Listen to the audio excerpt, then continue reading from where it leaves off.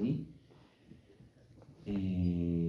Para el día de mañana con ustedes terminar lo que es bioética y psiquiatría. Ya con eso hemos terminado las clases de la segunda fase de contenido programático y la siguiente semana, el día viernes, es el examen.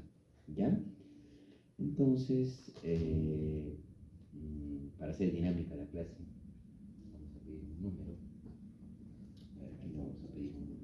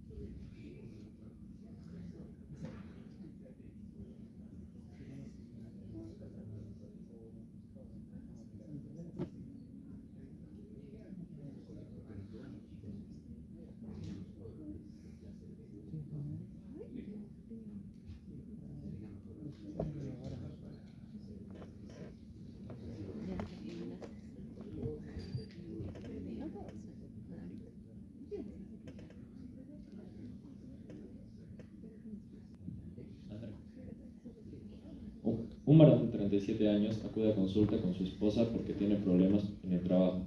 Dice que cree que está bien, pero que su jefe y su esposa, añade con reticencia, quizá tengan problemas con su pulcritud. Ha perdido posiblemente promociones en el trabajo porque le cuesta finalizar las tareas, aunque es el empleado más concienzudo que tiene. La esposa refiere que es un maniático del control. Le extraña la actitud de su jefe hacia él. Explica: soy un auténtico perfeccionista. Lo normal sería que al supervisor le gustara. Es inflexible en cuestiones de moral y ética. Habitualmente le da su opinión a los compañeros porque, según dice, están muy confundidos en cuanto a los fundamentos del bien y el mal. La entrevista al matrimonio revela que el paciente se dedica en cuerpo y alma a trabajar y deja de lado las actividades de ocio y la familia. Critica severamente a la esposa por no ser capaz de cumplir con sus normas de pulcritud. Llega a casa del trabajo y vuelve a hacer las tareas domésticas de limpieza que la esposa ya ha hecho durante el día. Supervisa al detalle la economía y ha intentado restringir los gastos de su mujer. Dice que quiere ahorrar algo de dinero para emergencias futuras. Cuenta que siempre ha cumplido con rigor las normas, incluso de niño. Siendo muy pequeño, recuerda que se ponía malo si alguien ocupaba su sitio en la mesa para cenar. En el instituto era impopular porque le incomodaba la tardanza de sus compañeros. Su excesivo celo por las normas le ha causado conflictos en muchos ámbitos sociales desde muy temprana edad. Con todo el auditorio, chicos, ¿qué es lo que más nos llama la atención del paciente? ¿Qué busca en todas sus conductas? Perfeccionismo, ¿no es cierto? Un perfeccionismo que incluso llega a, después de que su esposa hace las labores de limpieza de la casa, las vuelve a hacer porque él considera que no las han hecho bien. Además de eso, es muy respetuoso, pero al extremo, ¿no es cierto? ¿De qué? De la norma, de la moral y de la ética, ¿no es cierto? Respeta demasiado. ¿Y eso qué le ha generado? problemas, porque probablemente estos pacientes chicos, además de tener esta tendencia al perfeccionismo como idea sobrevalorada dentro del trastorno de personalidad, el hecho de tratar de detenerse en los detalles en vez de en el objetivo del trabajo hace que el paciente no llegue a ser productivo, a pesar de hacer un buen trabajo, pero aquel trabajo que lo hace probablemente en unas 6 horas, teniendo en cuenta estos detalles, otra persona lo puede hacer de la misma manera, más eficaz y más eficientemente en unas 2 horas. Entonces, ¿eso en qué lo va a limitar? En escalar probablemente a nivel laboralmente, ¿correcto? Y critica a la esposa por su falta de pulcritud. ¿Y cómo es con la parte del dinero? Le prohíbe a su esposa, es lo que nosotros denominamos tacaño, cicatero, ¿no es cierto? Entonces, y esa es la característica del paciente con trastorno de personalidad obsesivo-compulsivo, ¿no? Uno es terco, 2 es obstinado, con tendencia al perfeccionismo, y 3 es tacaño, ¿ya? Esas 3 características. O sea, este paciente tiene que cumplir rutinas específicas todos los días, ¿no? Y tiene un horario, un schedule hecho para sus cosas. Cuando probablemente lo modifican, le cuesta adaptarse a eso, ¿correcto? Pero al final recuerden que todas estas características, como hemos visto, ¿no es cierto? La pista de conducta, la memotecnia, todas estas características van a alterar su funcionabilidad, ¿sí? Pero lo que yo quiero que recuerden es que esto es trastorno de personalidad obsesivo-compulsivo, muy diferente a lo que es un trastorno obsesivo-compulsivo, donde en el trastorno obsesivo-compulsivo hay ideas obsesivas, que son egodistónicas con el paciente. A mí se me puede meter la idea ahorita que si piso las rayitas de estos dinteles, acá en las gradas, mi papá se puede morir. Eso es pensamiento mágico. Y por eso no las piso. Ya, por ejemplo. Ya, eso es una idea obsesiva, pero un paciente con un trastorno obsesivo compulsivo de la personalidad tiende al perfeccionismo, ¿sí?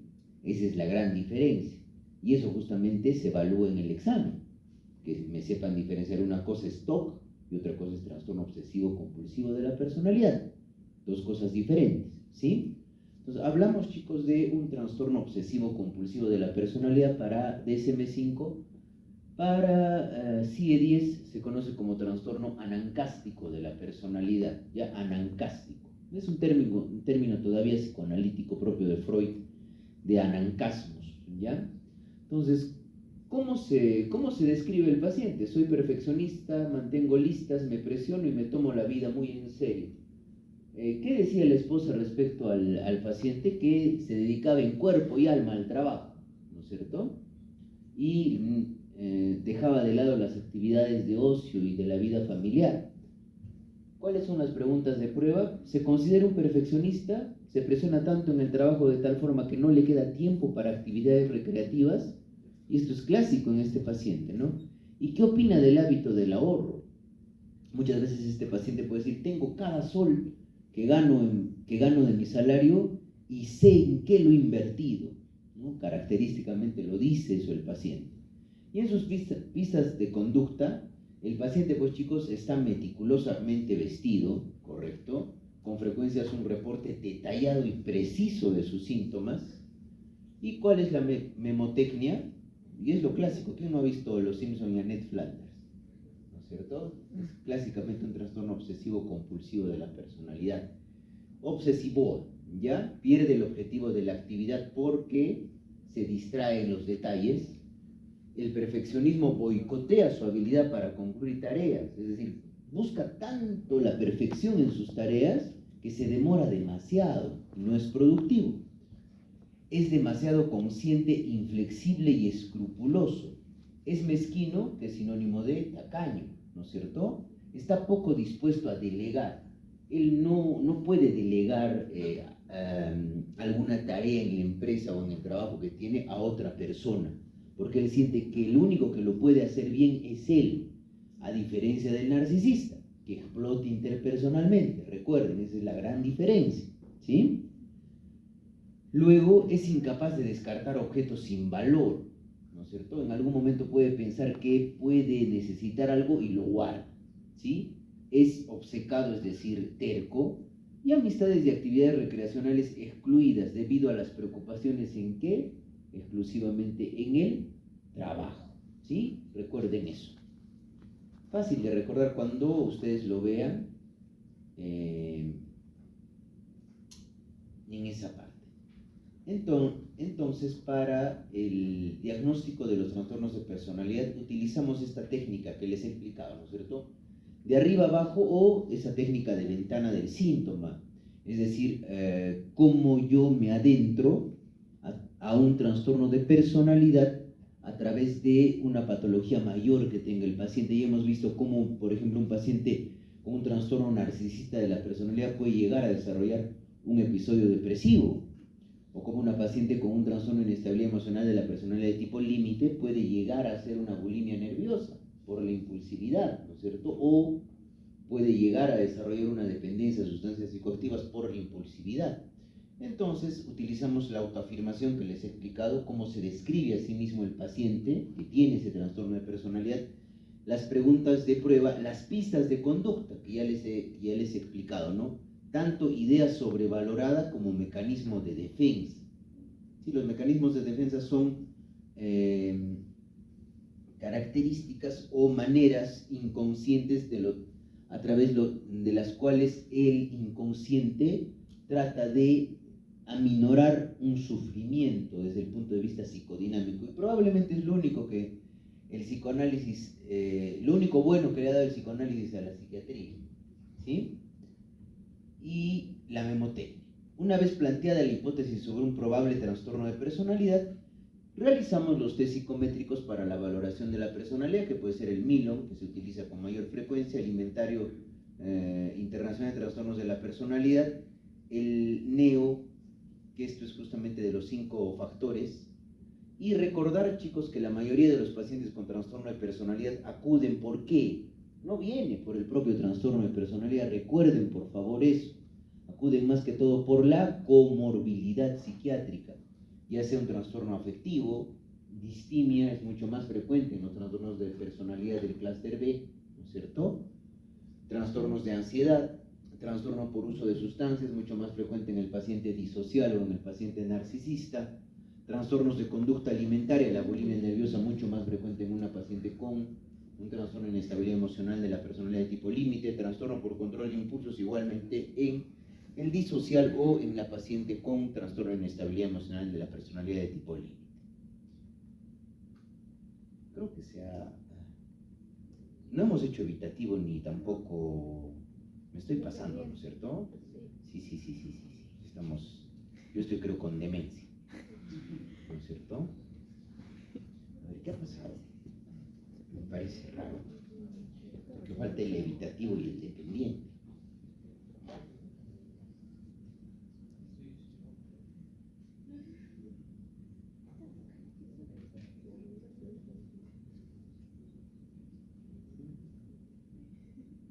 Acá nos quedamos.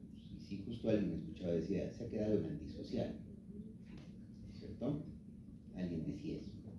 Y tenía razón. Pero bueno, ya hemos avanzado y vamos a ir con este, chicos, ¿ya?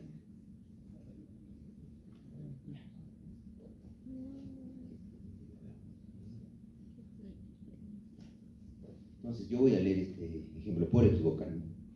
¿Ya? Paciente de 28 años, contadora, soltera, sin hijos, vive en casa de sus padres, acudió a psicoterapia por sugerencia de sus padres por la dificultad en relacionarse con otras personas, lo que ha hecho que incluso rechace varios trabajos en empresas importantes. Me da miedo que les vaya a quedar mal, dice. La paciente comentó que desde los 14 años presenta marcada dificultad para relacionarse con otras personas y para interactuar en diferentes escenarios. Dense cuenta que ahí, chicos, ya es algo más generalizado, ¿sí? No es algo específico, ¿no? Con una vida social limitada principalmente a algunos de sus familiares y en menor medida a muy pocos amigos, en quienes se encuentra aceptación incondicional. Entonces, acá, de ese párrafo, sacamos que la paciente tiene miedo al rechazo, ¿no es cierto? Durante la entrevista, la paciente se describió como tímida, solitaria y aislada, y en lo que respecta a su dificultad en establecer relaciones tanto de amistad como de tipo sentimental, relató que deseaba tener una mejor vida social, pero que se relacionaba con pocas personas, ya que temía ser rechazada. Comentó que a lo largo de su vida tan solo ha tenido una relación sentimental significativa, que duró casi 2 años y terminó hace 1 año, según la paciente, porque yo no era lo suficientemente interesante para mi pareja y él me dejó. Respecto a su carrera, la paciente refirió que la escogió porque podía trabajar desde su casa, reduciendo con ello el contacto con personas desconocidas y el miedo a ser rechazada o criticada, tanto personal como laboralmente. Estamos viendo que desde más o menos la adolescencia se va desarrollando un cierto patrón de respuesta, ¿no? Con miedo al rechazo y miedo al contacto social, ¿correcto? ¿Por qué creen que escogió esa carrera? ¿Sí? Y dense cuenta, ¿no? La gran diferencia que hay con el trastorno esquizoide de la personalidad. Acá a la paciente le gustaría tener relaciones sociales o no. Desea tener las relaciones sociales, pero ¿qué es lo que le impide tener las relaciones sociales? El miedo al rechazo, ¿correcto? A diferencia del paciente con trastorno de personalidad esquizoide que no le interesan las relaciones sociales. Esa es la gran diferencia, ¿sí? Entonces acá hablamos, chicos, de un trastorno de personalidad evitativo. Justamente en la mañana con mis alumnos de mi grupo de práctica les explicaba eso, ¿no? En lo que es la fobia social. El trastorno de personalidad evitativo, algunos estudiosos de la personalidad, lo consideran el grado extremo de la fobia social, porque hay una fobia social específica, donde es específica a situaciones sociales solamente, una fobia social generalizada, que afecta mucho más al paciente, cualquier contacto social lo incomoda, que lo hace tener un ataque de pánico, y el grado extremo es el trastorno de personalidad evitativo, donde el paciente evita a toda costa tener algún tipo de contacto social. Son pacientes que pueden estar en su casa todo el día, no porque tengan agorafobia, ¿correcto? Ni porque tengan un trastorno de pánico, sino que salen y les da miedo que los rechacen socialmente y su vida se restringe simplemente a su grupo familiar y algún que otro amigo, ¿sí? Entonces, estos pacientes, netamente, ¿cómo se van a describir? Me da mucho miedo lo que la gente vaya a pensar de mí. Por eso evito hacer nuevos amigos, así no me expongo al rechazo. ¿Sí? ¿Qué preguntas yo de prueba le voy a hacer? ¿Evita conocer personas o estar cerca de ellas? ¿A eso se debe que prefiere estar solo o es porque lo han rechazado en el pasado y no quiere que esto se repita? Claramente el paciente va a reportar que le da miedo, le da miedo establecer un contacto social porque le da miedo ser rechazado. ¿Y cuáles son las pistas de conducta, las ideas sobrevaloradas o los mecanismos de defensa? El paciente parece tímido y nervioso, pero con un deseo desesperado de establecer contacto. Podría iniciar la entrevista dudando si abrirse, pero adquirirá más confianza una vez que se establezca una buena relación. Hay ideas sobrevaloradas con contenido de miedo al rechazo social. Eso es lo característico en un paciente con trastorno de personalidad ansioso para CIE-10 o trastorno de personalidad evitativo para DSM-5. ¿Sí? Por supuesto que en el examen se les va a poner trastorno evitativo de la personalidad, ¿no es cierto? Igual en el trastorno obsesivo compulsivo no les voy a poner pues trastorno anancástico de la personalidad, les voy a poner trastorno obsesivo compulsivo de la personalidad. ¿Sí? ¿Y cuál es la memotecnia? Y esto es lo clásico, ¿no? ¿Quién no ha visto a Milhouse? Encoger, ¿ya? Evita las relaciones íntimas, evita relaciones nuevas, necesita la certeza de que es apreciado o probablemente aceptado, no es rechazado, antes de arriesgarse a involucrarse. Y obvia las actividades laborales que involucren contacto personal. Y esto es clásico, chicos, ¿no? Son pacientes probablemente que prefieren o eligen profesiones donde hay escaso contacto social. Por ejemplo, laboratoristas, anatomopatólogos, ¿no es cierto? Radiólogos que no tienen casi mucho contacto social con las demás personas, ¿sí? Y la vergüenza potencial lo previene de actividades nuevas. Se ve a sí mismo como poco atractivo, inepto o inferior y le preocupa la posibilidad del rechazo. Ya recuerden eso, trastorno evitativo o ansioso de la personalidad, ¿correcto? Que sería el grado extremo de la fobia social, ¿correcto? Vamos con el ejemplo 11. Una mujer de 35 años asiste a valoración psiquiátrica y al preguntarle acerca del motivo de consulta, ella refiere: esto fue idea de mi mamá y por eso vine. Contó que hace un mes su esposo la había dejado, decía que yo no le daba suficiente espacio, le molestaba que lo llamara tanto. La madre refirió que desde joven su hija siempre requirió gran apoyo para tomar decisiones, incluso aquellas que son triviales.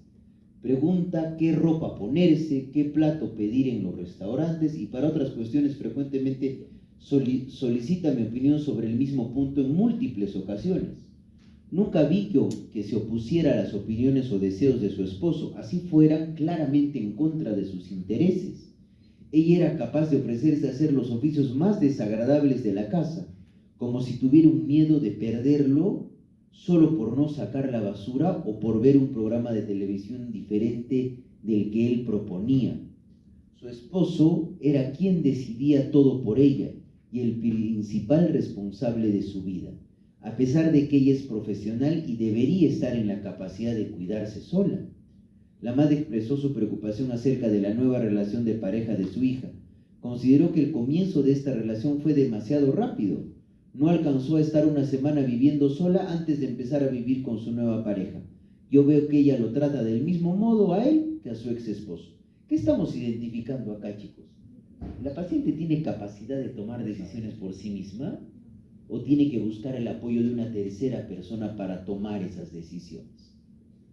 De una tercera persona. Incluso puede llegar a realizar las actividades más desagradables con tal de evitar un potencial abandono, a diferencia de la paciente con trastorno o el paciente con trastorno de inestabilidad emocional de la personalidad de tipo límite, que tiene fluctuaciones del estado de ánimo y idealiza y devalúa a la persona a la cual se apega.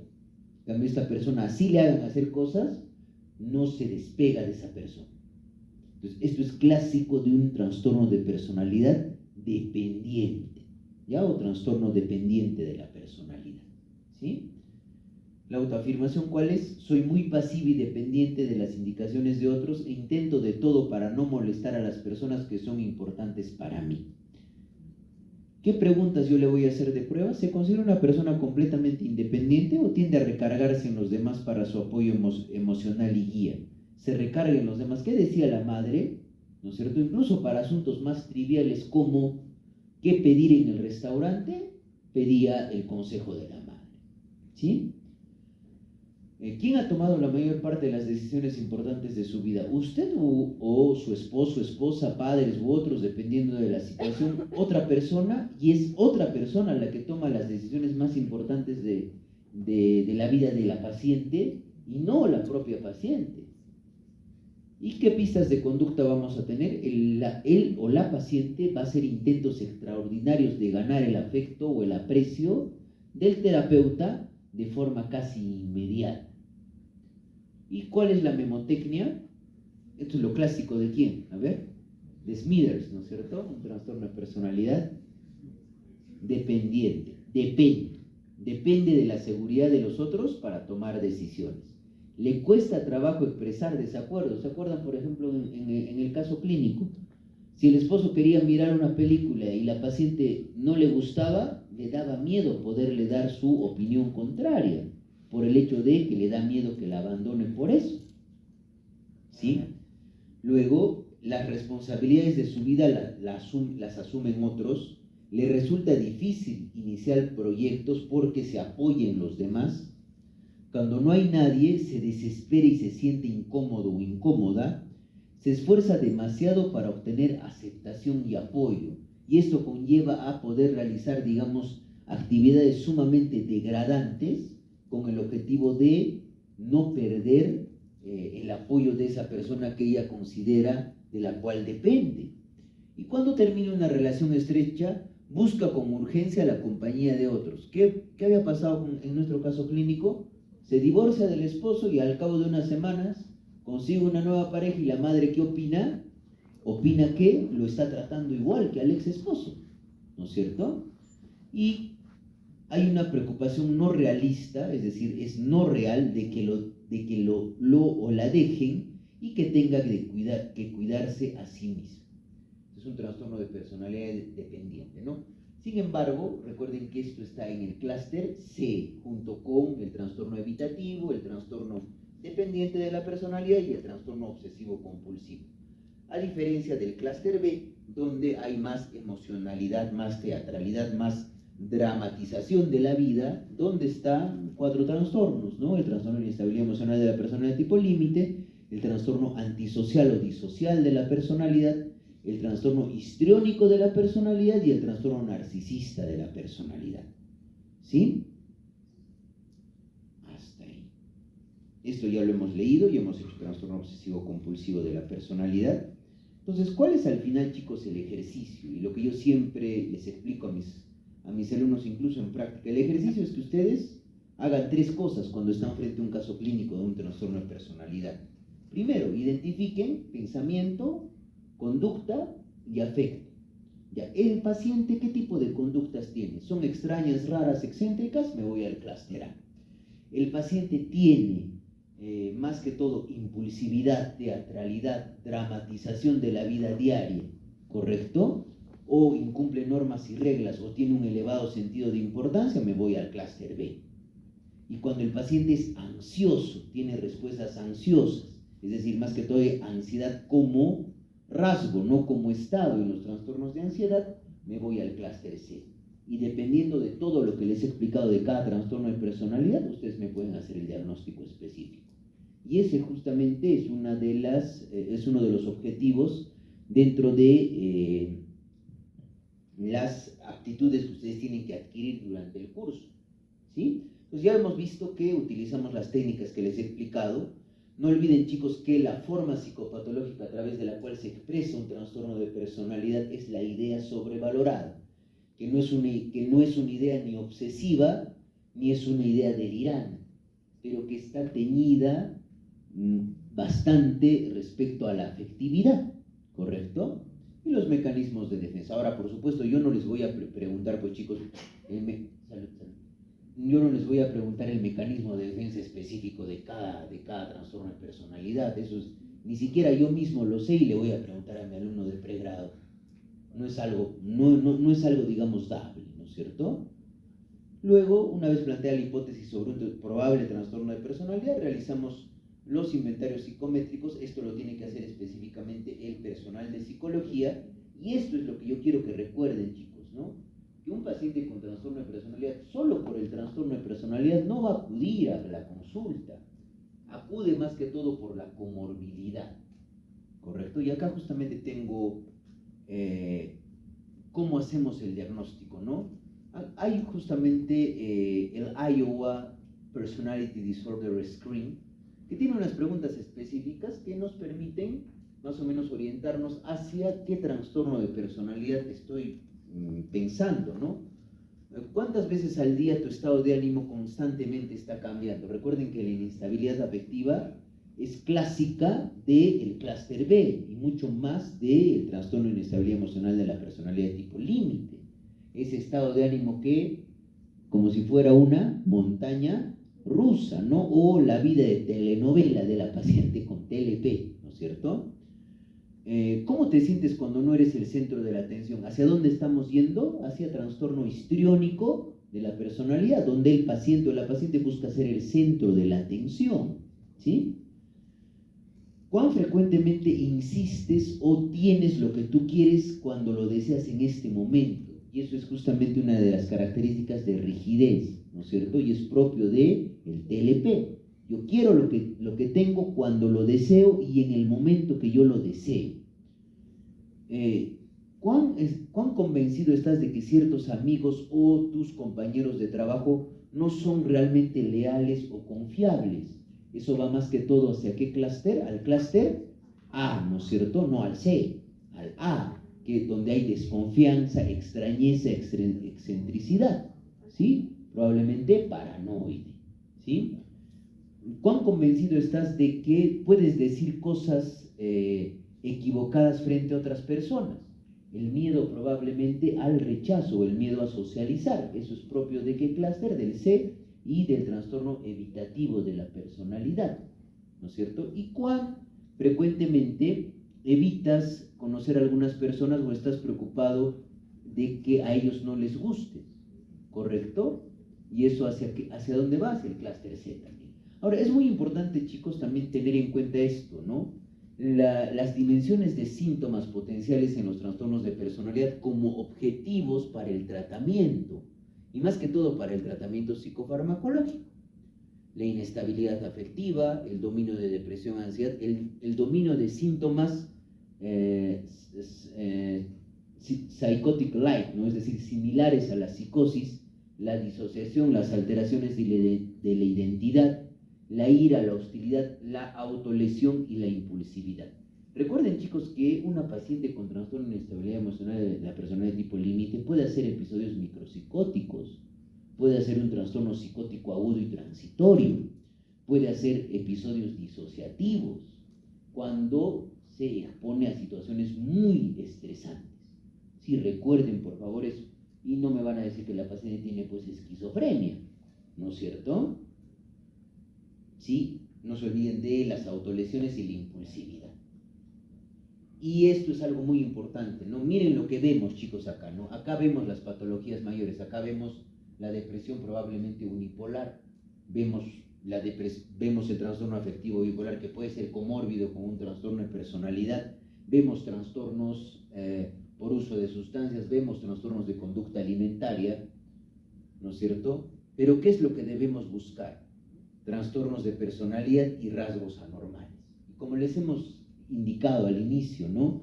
La personalidad es la matriz inmunológica en analogía para cómo el sistema inmunitario lo es a la parte médica de nuestro organismo. Si yo tengo una personalidad probablemente con rasgos normales, ¿no es cierto? Normales. Y hemos hablado les voy a mostrar, ya les mostré, ¿no? Les mostré un cuadrito donde hay un grupo de pacientes que tienen patologías intermedias o que son rasgos, ¿no? Esos rasgos me hacen más predisponente a desarrollar algún tipo de trastorno, ¿correcto? Ahora, el tener un rasgo no significa que yo tengo el trastorno de personalidad, recuerden eso, porque si nosotros vemos, cuando hablamos del modelo médico, donde A más B más C daba un grupo de síndromes, que eran síntomas, en el modelo del rasgo, los rasgos tienen que completarse hasta completar el octágono y recién hablo de un trastorno de personalidad. ¿Sí? Es decir, ahora está cambiando, chicos, los modelos, no a modelos categoriales, ¿no? Porque yo siempre les pregunto esto incluso a mis alumnos en la práctica, ¿no? Para el trastorno de inestabilidad emocional de la personalidad de tipo límite se tienen que cumplir 7 de 9 criterios. Si la paciente tiene 6, no es límite según el diagnóstico, pero si clínicamente está teniendo más problemas, tengo que hacer el diagnóstico, así le falta un criterio. ¿Y qué pasa si la paciente tiene 9 criterios de los 7 requeridos? Y otra paciente tiene 8. ¿Quién es más límite? ¿La que tiene 9 y no la que tiene 8? ¿Cierto? Los modelos dimensionales nos permiten de repente cuantificar esto, ¿no? El impacto en su vida. Entonces, una vez realizado el diagnóstico, chicos, solicitamos los exámenes auxiliares, siempre dependiendo en el contexto del trastorno de personalidad. Recuerden que en el clúster B hay más impulsividad, hay más comorbilidad con uso de sustancias, entonces probablemente acá va a ser mucho más útil pedir serología. Igualmente, como probablemente podamos iniciar algún tipo de tratamiento psicofarmacológico, hay que pedir hemograma, hemoglobina, TP, TPT, INR, plaquetas, porque los fármacos que más se utilizan para tratar la impulsividad son inhibidores selectivos de recaptación de serotonina. Y recuerden, ¿cómo recuerdan esto? Recuerden con qué trataba la bulimia, con fluoxetina. Recuerden eso. Perfil hepático, gamma-glutamil transpeptidasa, TGP, TGO, fosfatasa alcalina. Perfil lipídico, colesterol total, VLDL, HDL, LDL, triglicéridos, glucosa, urea, creatinina.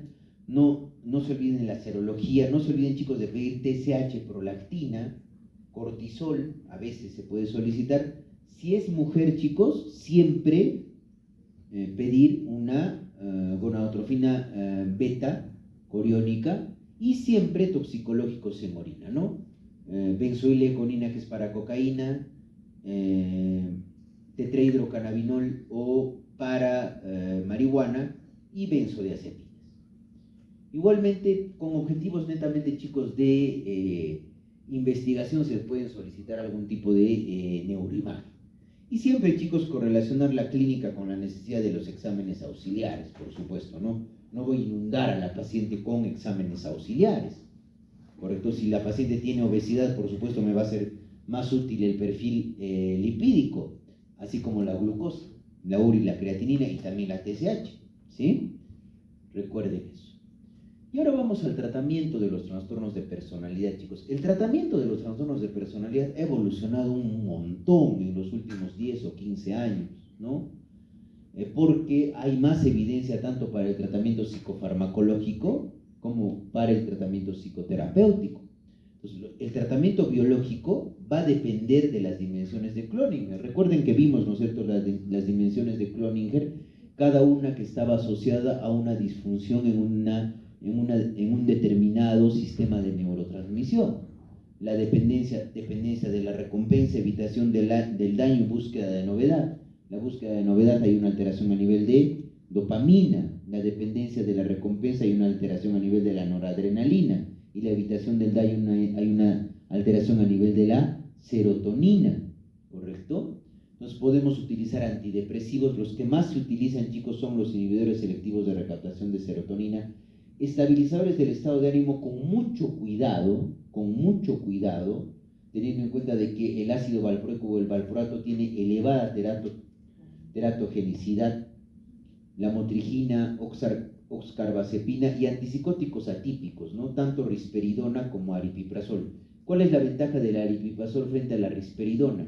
Que la risperidona tiende a elevar la prolactina. Ese es el gran problema. Imagínense una paciente con trastorno de inestabilidad emocional de la personalidad tipo límite que empieza a tener galactorrea. Y esa hiperprolactinemia va a generar alteraciones a nivel de su ciclo menstrual, ¿correcto? ¿Ustedes creen que se sienta cómoda con ese efecto adverso? No va a querer tomar ese medicamento. Pero sin embargo, aripiprazol es más multiimpulsividad, ¿sí? Y el tratamiento va a depender también de qué. Recuerden también lo que les he indicado hace un momento. El paciente con trastorno de personalidad no va, chicos, por que tenga un trastorno paranoide de personalidad. No. El paciente va por la comorbilidad, ¿correcto? O probablemente el paciente paranoide o el disocial o el narcisista solamente va, ¿por qué? Porque es empujado por los dispositivos legales de nuestra sociedad a recibir una atención, ¿sí?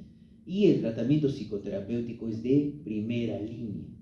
O sea, el tratamiento de los trastornos de personalidad, lo primero que nosotros tenemos que hacer es psicoterapia, pero tenemos que hacer una psicoterapia basada en evidencia. Así como también yo les explico la psiquiatría basada en evidencia, la psicoterapia también tiene que ser una psicoterapia basada en evidencia, no una mezcolanza de papas con camote. Yo he visto, chicos, incluso hasta psiquiatras, no me dejan mentir, que es psicoterapeuta cognitivo-conductual y gestáltico, cuando la gestal es una cosa muy diferente a la terapia cognitivo-conductual.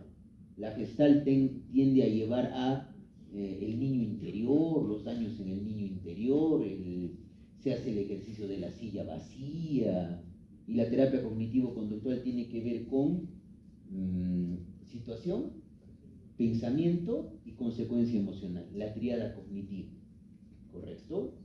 ¿Y qué técnicas psicoterapéuticas han demostrado utilidad? La terapia centrada en la transferencia psicodinámica, la terapia de esquemas de Jeffrey Young, ¿ya? La terapia cognitivo-conductual, donde está la terapia racional, emotivo-conductual, y terapias específicas para determinados trastornos.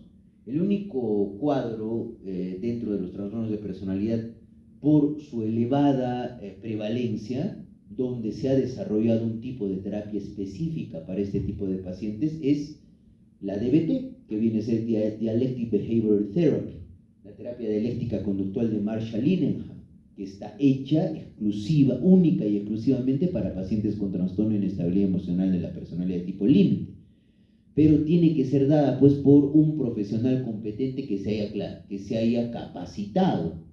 No cualquier psicólogo les va a hacer DBT, ¿correcto? O cualquier psiquiatra va a hacer DBT, tiene que tener una capacitación. Yo, por ejemplo, hago 3, chicos, y yo he hecho hasta nivel intermedio en Psicotrec en Lima, que es sucursal del Instituto Albert Ellis de Nueva York, ¿correcto? Yo he hecho 3 con supervisión, por eso yo hago psicoterapia en mi práctica privada, y por eso yo siempre les digo que la psicoterapia es un recurso invaluable para el psiquiatra. No se trata simplemente, chicos, de medicar y medicar y medicar. Cada vez que el paciente venga y me diga, me siento más ansioso, le meto más benzodiazepina. Me siento inestable, le meto valproato. Y al final, ¿en qué termina? Si ustedes se dan cuenta, en un esquema bizarro de medicación. Cuando el paciente simplemente tiene un trastorno de personalidad, con una comorbilidad. ¿Eso es ético? Vamos a verlo mañana en ética. ¿Cumplen los principios de ética, el de no maleficencia, el de beneficencia? No los está cumpliendo, ¿no es cierto? Si nosotros nos damos cuenta de eso. Sí, y estos son los principios de la terapia cognitivo-conductual. Tanto el terapeuta como mi cliente tienen que trabajar colaborativamente para alcanzar objetivos.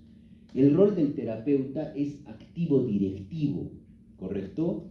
Uno no va, chicos, a terapia a ser simplemente escuchado. A la terapia se va a cambiar pensamientos, se va a cambiar conductas y se va a cambiar emociones.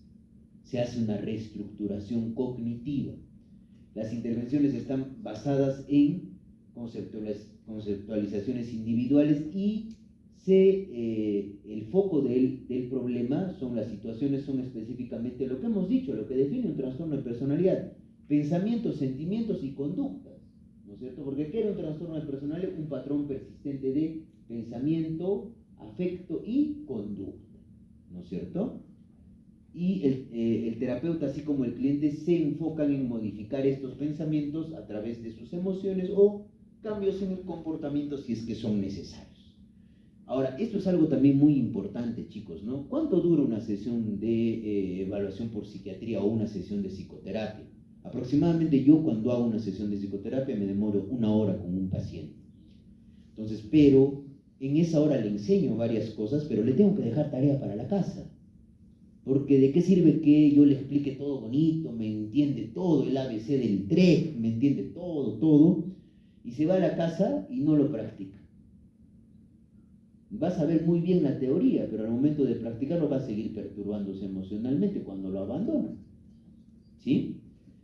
Para eso justamente se utiliza ¿qué? Se utiliza probablemente material como lectura terapéutica, se le da una agenda de creencias irracionales, ¿correcto? Se le enseña a, cada vez que tengo una situación problemática, describir la situación, describir la consecuencia emocional, la consecuencia conductual y lo que piensa acerca de esa situación, es decir, las creencias. Y enseñarle a diferenciar entre creencias racionales y creencias irracionales. ¿Sí? Las intervenciones van a demorar, chicos, en hacer efecto, pero el objetivo es que tanto el terapeuta como su cliente trabajen explícitamente en la prevención de la recaída. ¿correcto? Ese es el objetivo. Por eso probablemente a muchos colegas psiquiatras, chicos, no les gusta hacer psicoterapia, porque conlleva bastante tiempo, pero es bonito, al que le guste, ¿no? Pero al que no le guste, pues bueno, ¿no? Pero que medique, pues bien, ¿no? Es lo que yo siempre digo. Ya no me gusta la psicoterapia, pero tengo que medicar bien, ¿no? Entonces, miren, el tratamiento y vamos ahora, chicos, al tratamiento psicofarmacológico, ¿no? Y dense cuenta, ¿no? Esto es de un librito bien interesante, es un libro que alguna de sus compañeras me consultó y se lo mostré en una de las clases para ver la confiabilidad del trastorno mixto ansioso depresivo, donde era prácticamente inconfiable ese diagnóstico, ¿sí? En índice kappa. Entonces, miren, acá hay una conversación donde su paciente tiene la habilidad emocional y además arranques de ira provocados por conflictos interpersonales. Probablemente está dentro del clúster B de personalidad. ¿Cuál de las medicaciones que se utiliza para la bipolaridad me podría ser útil para tratar estos síntomas? Acá tú estás asumiendo que los medicamentos para tratar el trastorno bipolar podrían ser necesarios o podrían ayudarte a tratar esa condición, pero ella no tiene otros síntomas psicomotores ni tampoco tiene manía, ¿correcto? Entonces muchas veces se acuerdan cuando les presenté el modelo de Siever y Davis, donde en cada clúster era probablemente una subexpresión aminorada en sintomatología de algunos trastornos específicos. Entonces, es lo mismo, por ejemplo, la disnea de mi paciente no está mejorando con acitromicina o claritromicina. ¿Qué medicamento para el espectro de la neumonía debería tratar? Acá, esta persona está asumiendo que la disnea que experimenta su paciente se deba a una enfermedad infecciosa. ¿Y la disnea solamente es producida por una enfermedad infecciosa? No. Y lo mismo pasa, chicos, en el tratamiento psicofarmacológico para los trastornos de personalidad. Yo uso mucho los antipsicóticos de segunda generación para casi todo, de tal manera que no creo que algo salga mal con el paciente. Yo uso macrólidos para casi todo. También de repente sirvan para tratar los arranques de ira. No hay correlación, ¿no es cierto? Entonces nosotros tenemos que hacer una psicofarmacología basada en evidencia. ¿Qué se ha caído por ahí? A ver, chicos, que ha volado la tabla, ¿ya? Entonces, miren, dense cuenta en las analogías que hacemos, ¿no? Este es un libro bien interesante, ¿no? Es prácticamente una joya de la psicofarmacología porque participa tanto Goldberg, Stahl y tiene el prólogo de Schasberg, que son probablemente los tres psicofarmacólogos top del mundo, ¿sí? Es un libro bien bonito. Y vamos a hacer el tratamiento psicofarmacológico de acuerdo a dominio sintomático. ¿Se acuerdan que en un primer momento al lado del cuestionario de Iowa les ponía dominios sintomáticos que podemos tratar: inestabilidad del estado de ánimo, depresión, ansiedad? Entonces, cuando el paciente exhibe, chicos, sensibilidad al rechazo, la habilidad emocional, ira inapropiada, lo que nosotros denominamos mood crashes o exabruptos de temperamento, lo primero que yo tengo que pensar, chicos, es dar IRS. Los IRS son los que sirven para tratar la impulsividad o la reactividad al rechazo.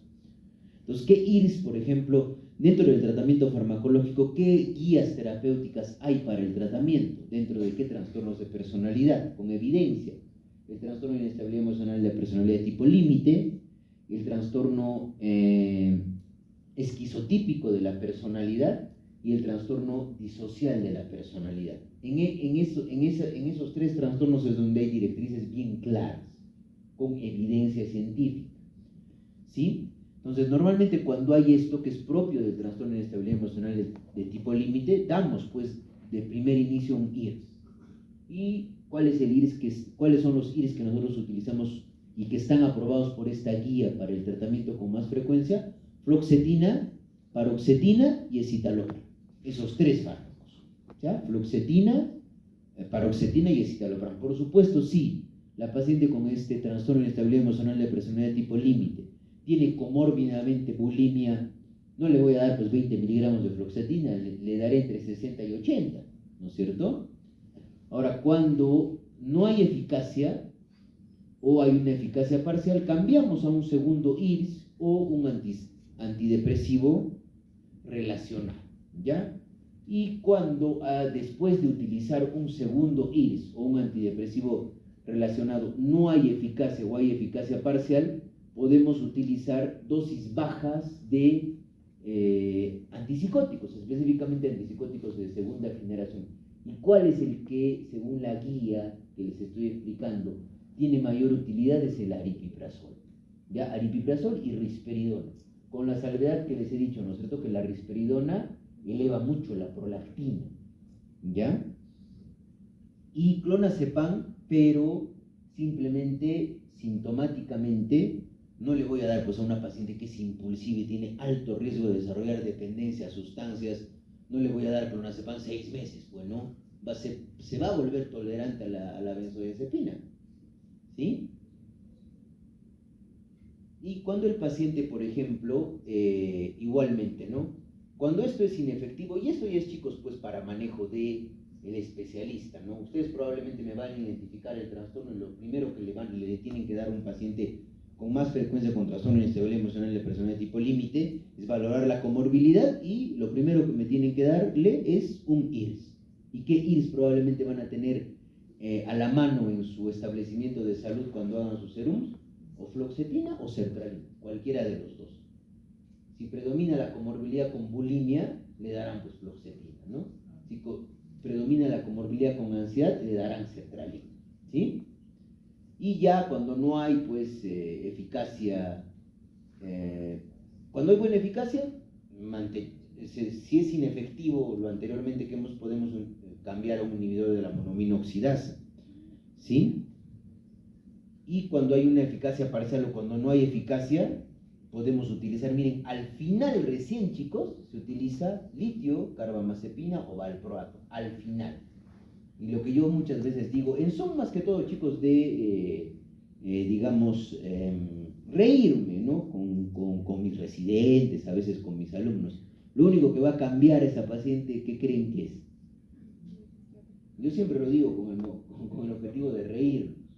Alguna vez a mis alumnas que están acá, les he dicho, ¿no?, a la paciente y a los pacientes en la visita alguna vez, lo único que va a cambiar ese paciente es trasplante de cerebro, ¿no es cierto? Es lo único que lo va a cambiar, si es que no me hace psicoterapia. Porque de nada sirve que yo le dé el mejor tratamiento psicofarmacológico si no lo mando donde un psicólogo que haga una buena psicoterapia, ¿sí? Y miren, dense cuenta el tamaño del efecto, chicos, de un grupo de drogas para el manejo de solamente este objetivo terapéutico, que es la ira en el trastorno de inestabilidad emocional de la personalidad tipo límite. Dense cuenta que sí, efectivamente, para el manejo solo de la ira, ¿cuánto tienen de Cogen los estabilizadores del estado de menos 1.75? Los antidepresivos, menos 0.74. Los antipsicóticos, menos 0.59. Y dentro de esta guía que les he mostrado, ¿cuánto se ha tenido que pasar para llegar a valproato? Varios pasos. ¿Y a cuántas pacientes, yo les aseguro, en los servicios donde rotan, a cuántas pacientes con trastorno de inestabilidad emocional de personalidad tipo límite les meten valproato? Y encima, estas pacientes están en edad fértil. A ver, pregúntense. Yo les aseguro que a varias, ¿no es cierto? O por lo menos, si digamos yo le inicio valproato, le pediré pues glucosa, le pediré perfil hepático, perfil lipídico.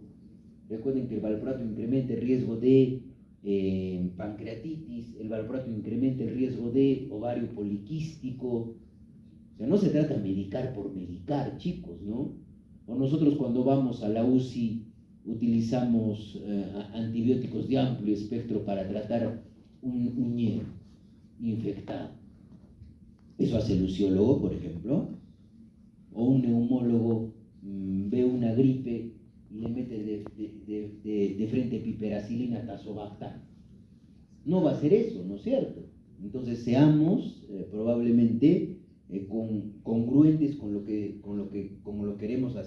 queremos hacer. Y de acuerdo a dominios sintomáticos, miren, dense cuenta, chicos, ¿no? Ahora vamos a lo que les decía, a la otra parte de la guía, ¿no?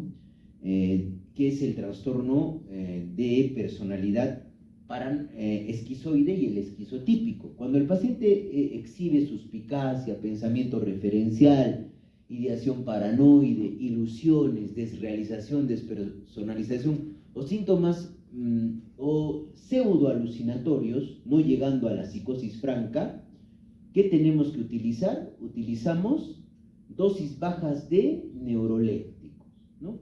Pero de preferencia utilizamos los antipsicóticos atípicos.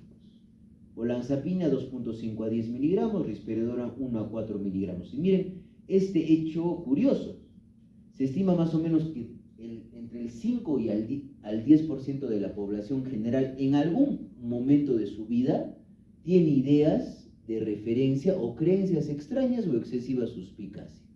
Pero no por eso tiene un trastorno esquizotípico de la personalidad. ¿Se dan cuenta? ¿Sí?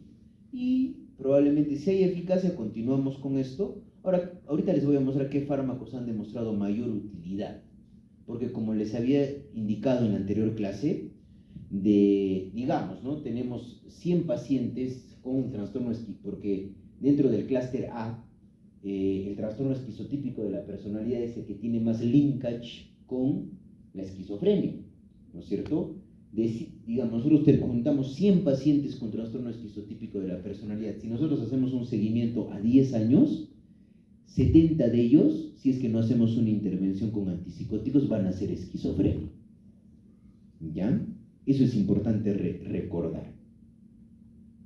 Entonces, los estudios farmacológicos, probablemente los mejores estudios psicofarmacológicos son tanto para el tioxiteno, el haloperidol, la olanzapina y la risperidona, o fluoxetina, pero siempre casi la mayoría de estos ensayos, chicos, son pequeños o tienen muestras pequeñas, son heterogéneos, no tienen un buen alistamiento de pacientes y también no tienen ensayos clínicos aleatorizados, ¿no? Porque lo ideal es que nosotros saquemos nuestras conclusiones de, primero, un metaanálisis, ¿no es cierto? O una revisión sistemática o, en tercer nivel, un ECA, ¿no? Un ensayo clínico aleatorizado, de preferencia controlado con placebo. ¿Sí? Entonces, normalmente, chicos, lo ideal es, en este tipo de pacientes, utilizar, el fármaco que más se utiliza es risperidona. Miren, ¿cuál de los antipsicóticos debería utilizar para evitar la transición desde un trastorno de personalidad esquizotípico hacia la esquizofrenia? Yo creo que esta respuesta empíricamente sí se podría responder, pero no hay ensayos clínicos que comparen fármacos. La literatura en intervención para prevenir el riesgo de esquizofrenia se amalgama con lo que nosotros denominamos síntomas negativos o síntomas psicóticos atenuados, más la historia familiar de psicosis. Pero más del 70% de los pacientes que van a reunir los criterios de esquizofrenia en 10 años de seguimiento, lo que yo les decía, ¿no es cierto? De 100 pacientes con trastorno esquizotípico de la personalidad, el 70%, si es que no se hace una intervención, van a desarrollar esquizofrenia. Fíjense, ¿cuánto podemos prevenir entendiendo lo que hemos visto en la primera fase respecto a el impacto funcional que tiene una esquizofrenia en la vida de un paciente?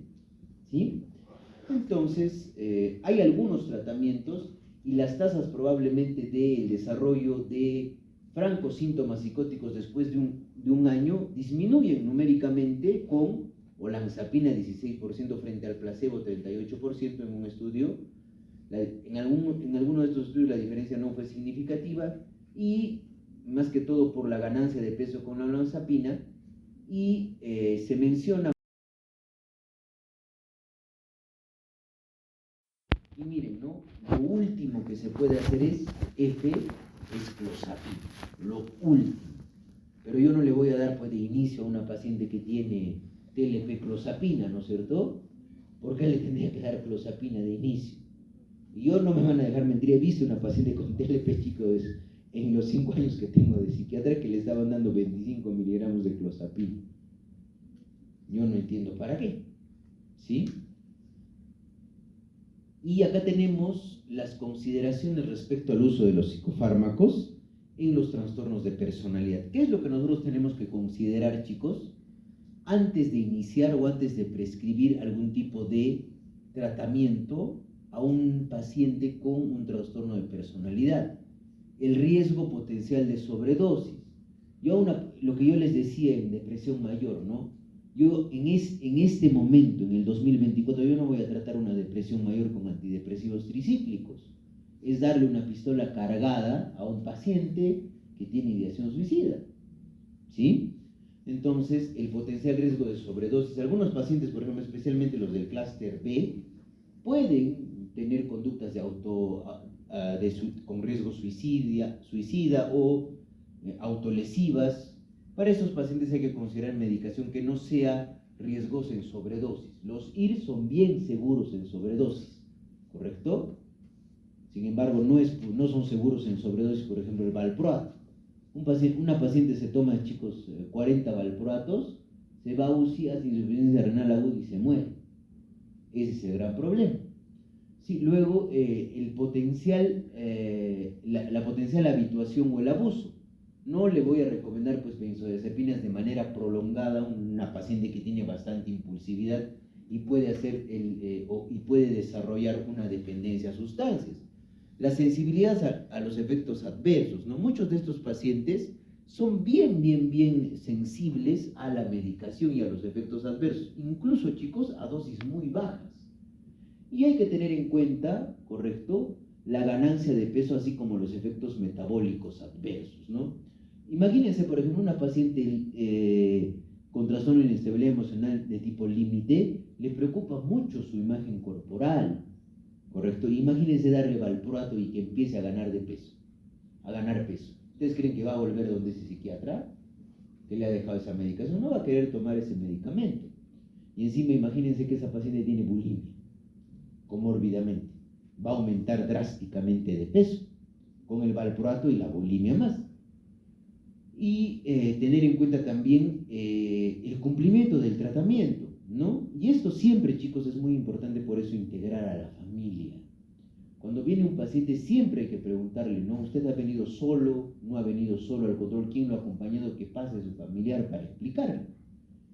Y referir a qué? A psicoterapia, ¿no es cierto? La psicoterapia puede ayudar a los pacientes manejando los problemas psicosociales, la valía personal, las dificultades interpersonales, el pensamiento mágico.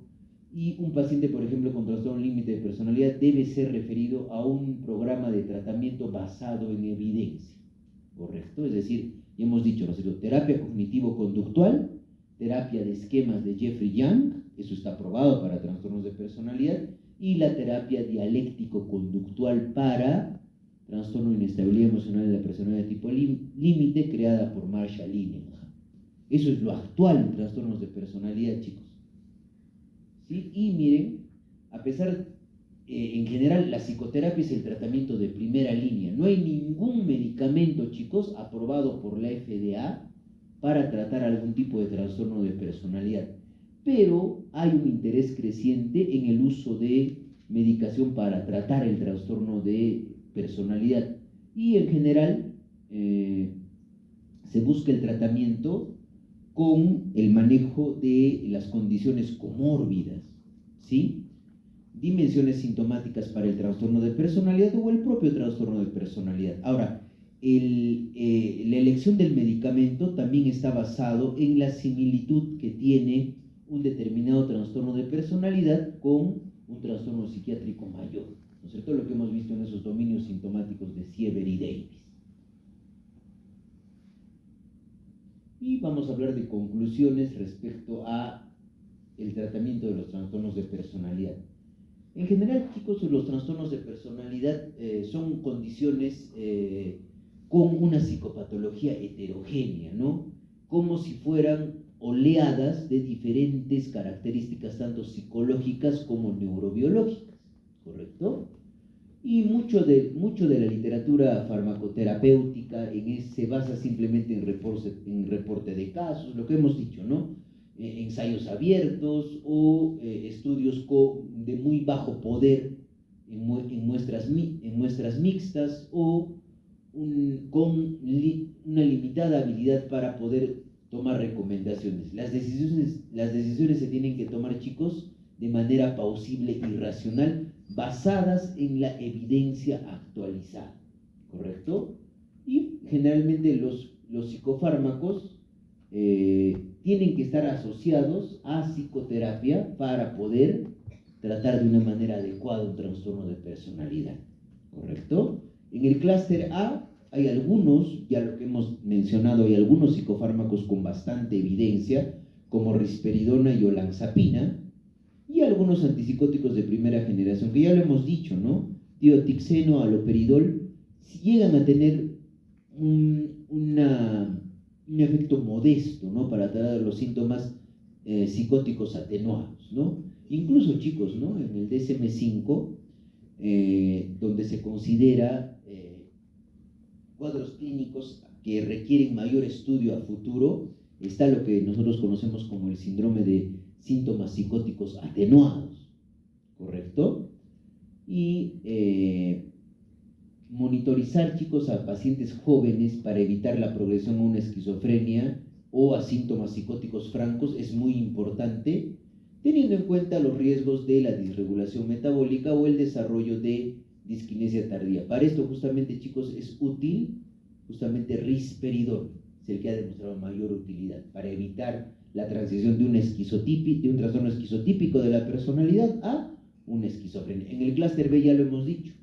Si bien es cierto, aripiprazol y divalproato, ambos tienen un dato robusto para tratar la agresividad impulsiva, los IRS son de primera línea para manejar eso, junto con la depresión, ¿correcto?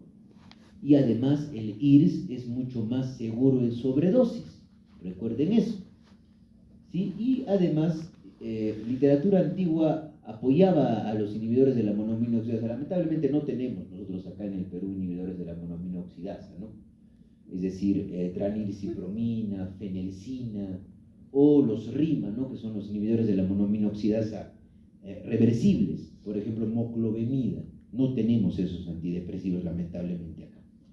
Ya, y en el clúster C, chicos, hay poca investigación justamente en psicofarmacología, más que todo, como hemos visto, ¿no es cierto? Tanto la fobia social como la fobia específica se trata mucho más con psicoterapia, no se trata con fármacos. Y ahí es donde también hay hallazgos prometedores, ¿no? Con oxitocina, porque recuerden que la oxitocina es una hormona que nos permite la relación social, ¿sí? Y además ácidos grasos omega 3 como nuevas ventanas terapéuticas. En general, chicos, es interesante. Ustedes han visto que yo tengo, chicos, libros enteros de trastornos de personalidad y de este grosor, donde se habla un montón de personalidad. Los psicólogos, por ejemplo, chicos, como les decía, llevan teoría de personalidad 1, teoría de personalidad 2, teoría de personalidad 3, porque ellos ven lo normal, pero el médico tiene que saber reconocer un trastorno de personalidad. ¿Por qué, chicos? ¿No? Porque cuando ustedes hagan su servicio rural urbano marginal en salud, van a ver que en nuestra población, por la misma cultura, hay muchos pacientes que tienen diabetes, y ustedes mismos en sus mismas rotaciones de medicina interna, ¿cuántos pacientes diabéticos ven que están medicados y no cumplen el tratamiento?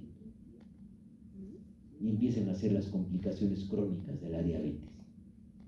Ahí tiene que ver la personalidad, ¿o no? ¿De quién es función explicarle al paciente que usted tiene que tomar este medicamento por tal motivo, por tal motivo, por tal motivo y por tal motivo? Del médico, ¿no es cierto? Por más especialista que sea. Pues eso es lo que probablemente la psiquiatría nos da, nos ayuda, ¿no? Porque muchas veces el fracaso terapéutico, chicos, se produce porque el paciente no tiene una adherencia adecuada al tratamiento. Y justamente no hay introspección o no hay insight respecto incluso hasta la propia enfermedad médica. El paciente es diabético, sin embargo, todos los sábados está yendo a tomar y se toma 2 cajas de cervezas con sus amigos y el día lunes está con cetoacidosis diabética por emergencia, ¿no es cierto? ¿Eso pasa o no pasa? Pasa eso, ¿no? Y eso es probablemente porque el paciente no hace una introspección respecto a su enfermedad, lo mismo que sucede con la personalidad. Lo que yo les decía, ¿no? Un paciente con personalidad no se ve a sí mismo como las demás personas lo ven. Recuerden, por favor, eso. ¿Sí? Y con eso, chicos, creo que hemos terminado. Yo les dejo una frase de Julio Ramón Ribeiro. Escribo porque es lo único que me gusta hacer, porque es lo más personal que puedo ofrecer, porque me libera de una serie de tensiones, depresiones, inhibiciones por costumbre, por lograr una bella frase, por volver memorable, aunque sea para mí lo efímero. Sí, eso es Julio Ramón Ribeiro. Gracias, chicos, por su atención. Ya hemos terminado. Ahora, aprovecharemos estos 15 minutos que tenemos.